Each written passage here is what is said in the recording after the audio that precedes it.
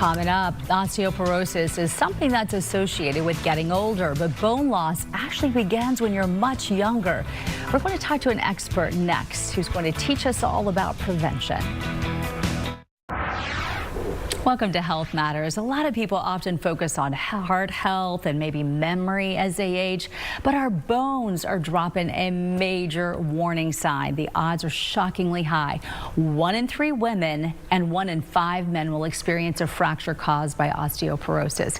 It's certainly a wake-up call to start protecting your frame before a fall happens.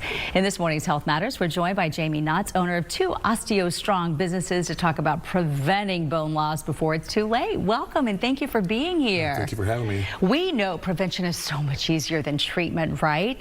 What age do you really want people to start thinking about their bone health? Well, the earlier we start, the better. I like to tell people that they need to think about their bone health as they would their retirement account. The earlier they begin to invest, the better the long-term outcome is going to be. And somebody may say, invest in my bones. What does that even mean? How do I do that? What is prevention involved? Well, the best strategy is always prevention. And I like to think of a good bone health strategy in 5 pillars. You know, we need to consider hormone health. Estrogen and parathyroid and thyroid hormone are important.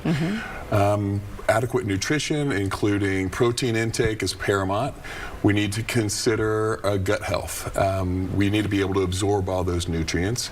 We need resistance training and impact activities. That's where OsteoStrong comes in. And then finally, we need to understand what our baseline bone health is. So we need to get tested early and periodically. And how do you get tested? How does somebody check your bones? Well, historically, the gold standard has been a DEXA scan. There are some newer, exciting opportunities to learn more about your bone health that's less risky, no radiation. In terms of RIM scans, we also offer that at OsteoStrong as well.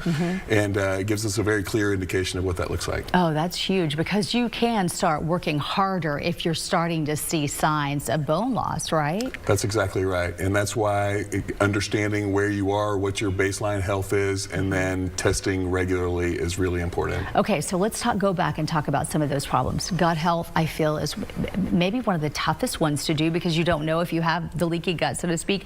It seems like more people than ever have gluten intolerance, and that leads to that leaky gut. So what can you do that? Are we talking probiotics? What do you do to strengthen the gut to help your bones in the long run? Well, there's a lot of things that we can do. We can just pay attention to the obvious signs, bloating, and all those things that we know are associated with GI issues. But there's genetic testing we can do, and just having regular conversations with your healthcare provider. Okay, let's talk about that resistance training. How does that help your bones? And I see people all the time now wearing the weighted vest because we've understood that might help build bone. What are your thoughts on all of those? Well, over time, and if we get way ahead of this, typical traditional weight-bearing exercise can be helpful.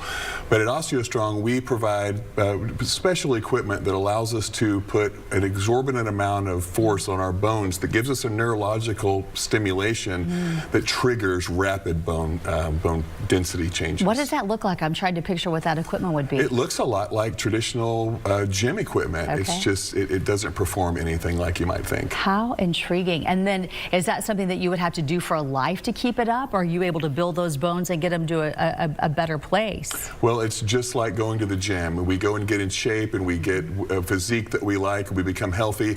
But if we walk away from that, we begin to lose that tissue. And our bones are just like muscles. They're living human tissue, and we get the same effect. And I worry about affordability for a lot of people. Does health insurance ever cover anything as far as preventing bone loss? Rarely. There are certain cases where we find that some supplemental policies can cover it, but typically we pay for it ourselves. It's an investment in our health. Does it make a difference to drink milk and make sure you get vitamin D? Well, vitamin D is critical. It goes back to the nutrient part. Milk is, I would say, not the only thing we need to do. Enough, We really need to be following our healthcare providers' advice on how much calcium to take in, and vitamin D as well. As far as hormones are concerned, I know you mentioned estrogen, but then we heard that men, it's a 1 in 5 risk for them. So do they need to be looking at testosterone? Does that make a difference for their bones? Well, it's a really interesting question, Melissa, because men are actually more susceptible to osteoporosis and osteopenia, more so than women are. And penia is the beginning stages of it? That's correct. You might think of that as pre-osteoporosis, Right. but because we are naturally, we have less estrogen in our bodies, we are more susceptible to that. But as you all reach those menopausal ages, that's when yours begins to have a different effect. All right, it sounds like it's something that we really need to think of, keep an eye on what that looks like, and talk to our doctor about what our options Absolutely. are. All right, thanks for coming by and talking to us during Health Matters today. Such an important conversation to think about earlier in life. Don't wait until it's too late. That's exactly right. All right, appreciate your time today. Thank you. We're at 8:20 right now. We'll be right back.